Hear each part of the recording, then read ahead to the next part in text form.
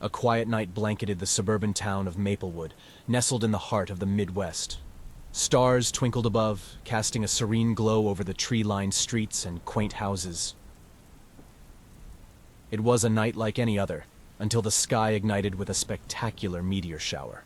The town's residents, enchanted by the celestial display, gathered in their yards and on their rooftops to watch the cosmic show. No one suspected that this breathtaking sight would herald the beginning of their end.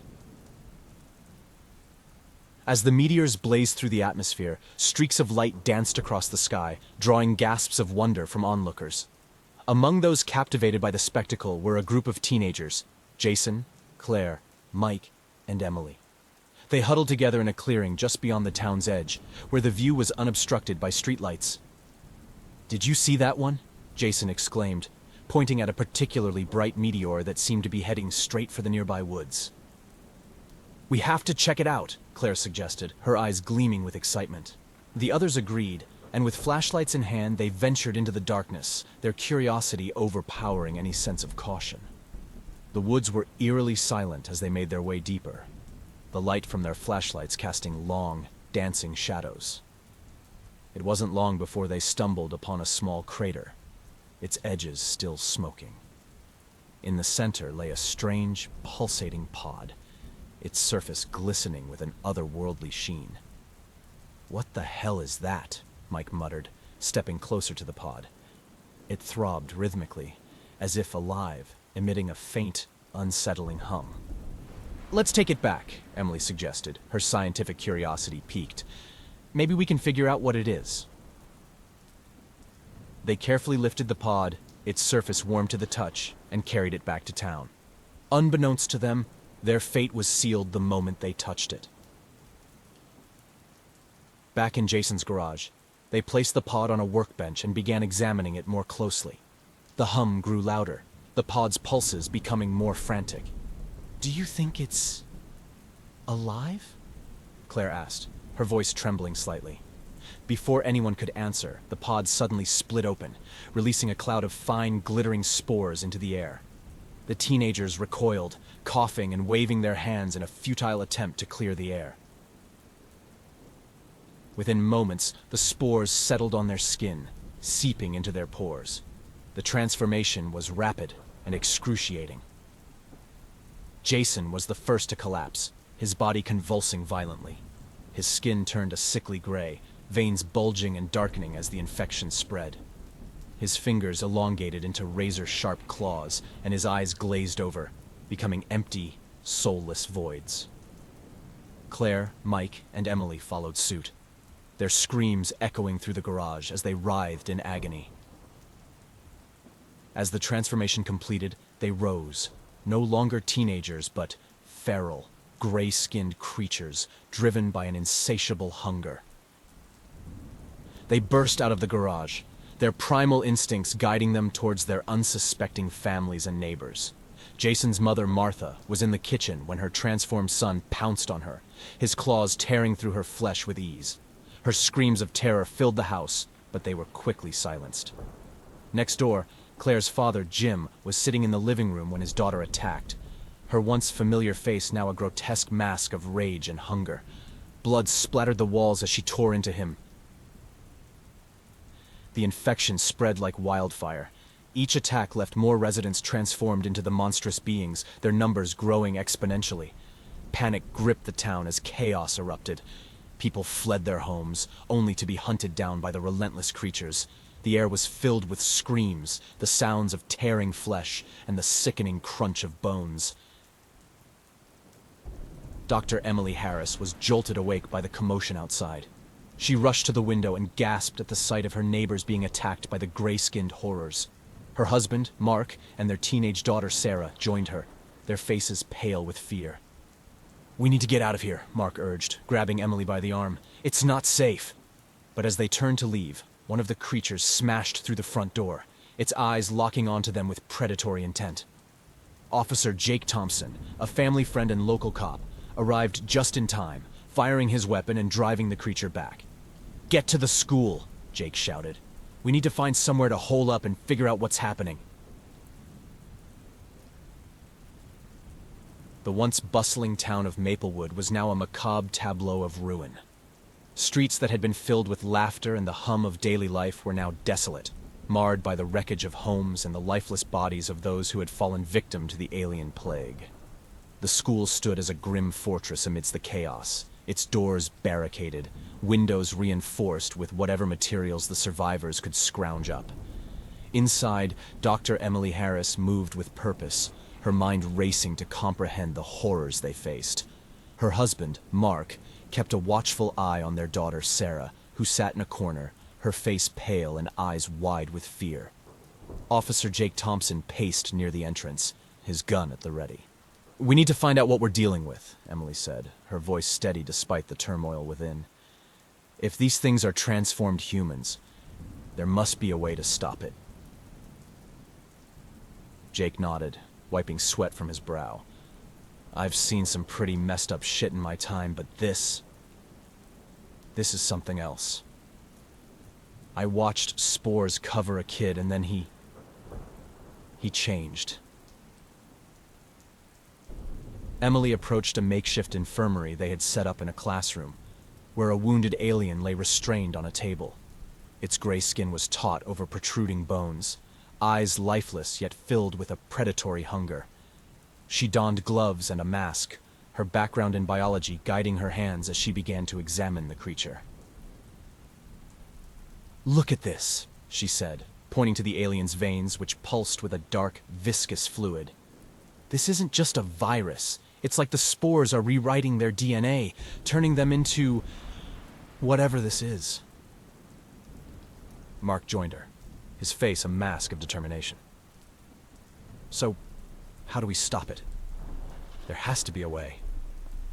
Emily shook her head, her eyes scanning the alien's body. "We need more samples. If we can find out what neutralizes the spores, we might have a chance." Meanwhile, the rest of the survivors, a ragtag group of townsfolk, huddled together, exchanging stories and theories. Among them were Ben, a resourceful teenager who had managed to evade the creatures using his knowledge of the town's back alleys, and Grace, a retired soldier whose steely demeanor and combat skills made her an invaluable ally. Suddenly, a loud crash echoed through the school, followed by the sound of shuffling footsteps and guttural growls.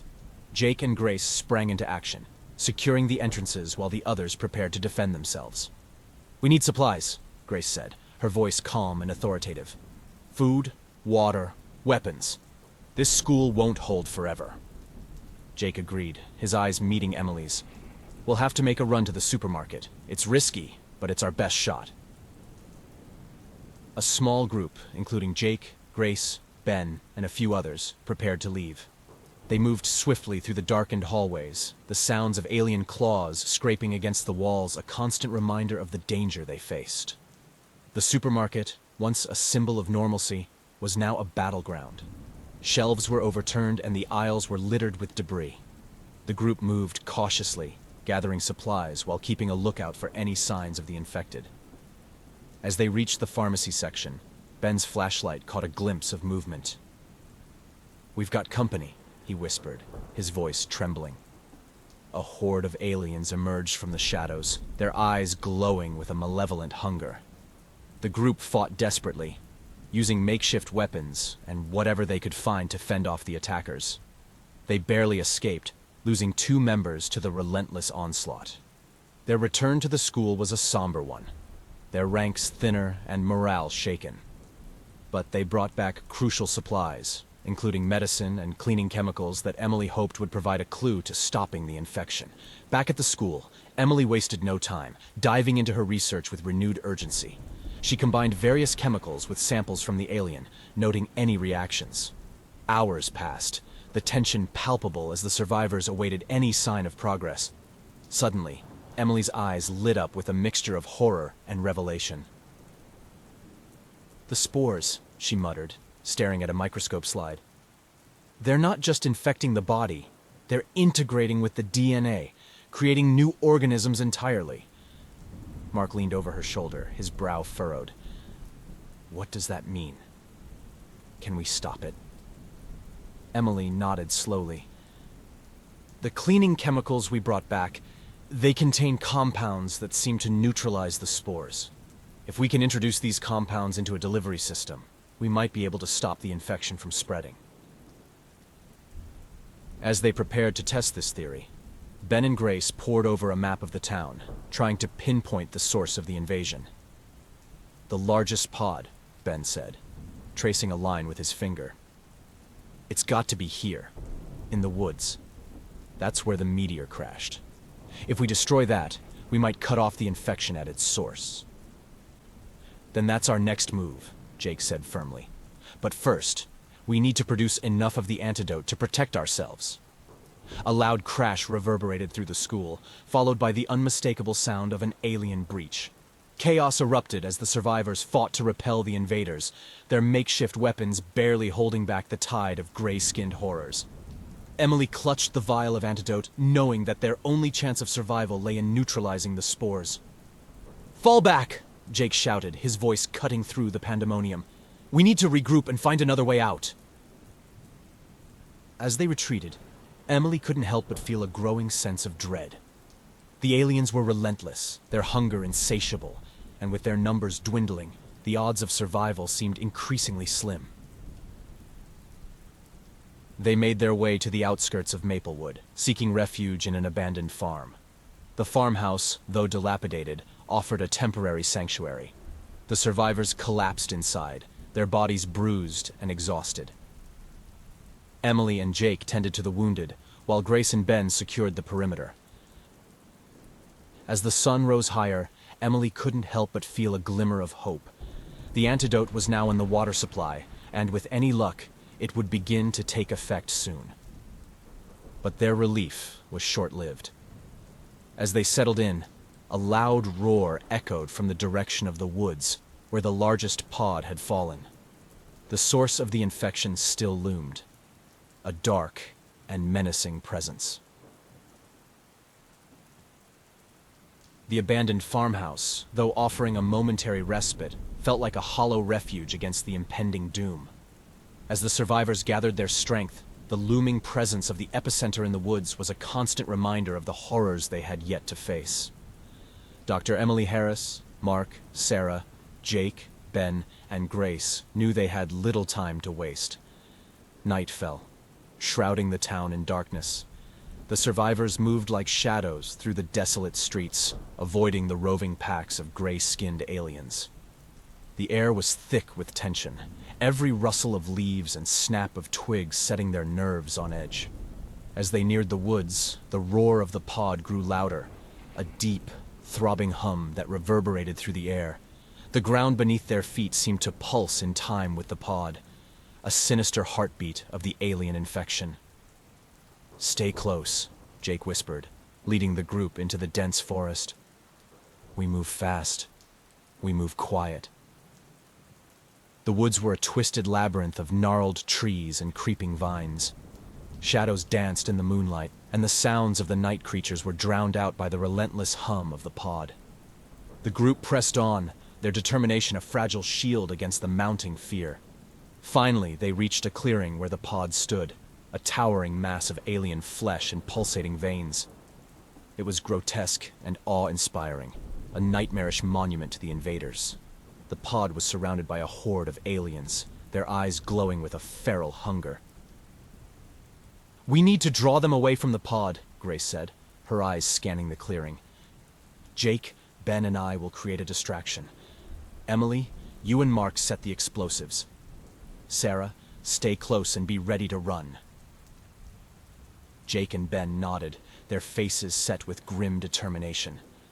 Grace led them to the far side of the clearing, where they began hurling rocks and bottles, creating a cacophony of noise that drew the aliens away from the pod. As the creatures turned and charged towards the distraction, Emily and Mark sprinted to the pod, their hearts pounding in their chests. The ground beneath the pod was slick with a viscous alien fluid, and the air was thick with the stench of decay. Emily worked quickly, setting the explosives around the base of the pod while Mark kept watch. The hum of the pod grew louder, as if sensing the imminent threat. The aliens, realizing the ruse, began to turn back towards the pod. Mark shouted, his voice barely audible over the roar of the pod. "Hurry!" Emily set the last charge and activated the timer. Done. Let's move. They sprinted back to the others, the aliens hot on their heels. Grace and Jake fired their makeshift weapons, trying to hold the creatures at bay. The group barely made it out of the clearing before the first explosion rocked the night. The ground shook violently as the explosives detonated, the pod erupting in a shower of alien gore and fire. A deafening roar filled the air, and the pod collapsed in on itself, releasing a final, massive wave of spores. The shockwave knocked the survivors to the ground, and they struggled to their feet, gasping for breath. As the spores settled, they felt a burning sensation on their skin. Emily looked at her hands, horror dawning in her eyes as she saw the first signs of transformation. "No," she whispered, tears streaming down her face. "We were so close." The survivors watched in despair as their bodies began to change, their skin turning gray and their veins darkening. The infection, in its final throes, had claimed its last victims. Days later, the desolate town of Maplewood was a grim monument to the devastation. Military personnel in hazmat suits moved cautiously through the streets, their eyes scanning for any signs of life. They found only the gray-skinned creatures roaming aimlessly, their once human minds now lost to the alien infection. They had been dealt with swiftly, their bodies now burning in piles in the fields. The town seemed clear and all seemed normal now. One of the soldiers standing in the town square looked up, just as a new shower of meteors streaked across the sky.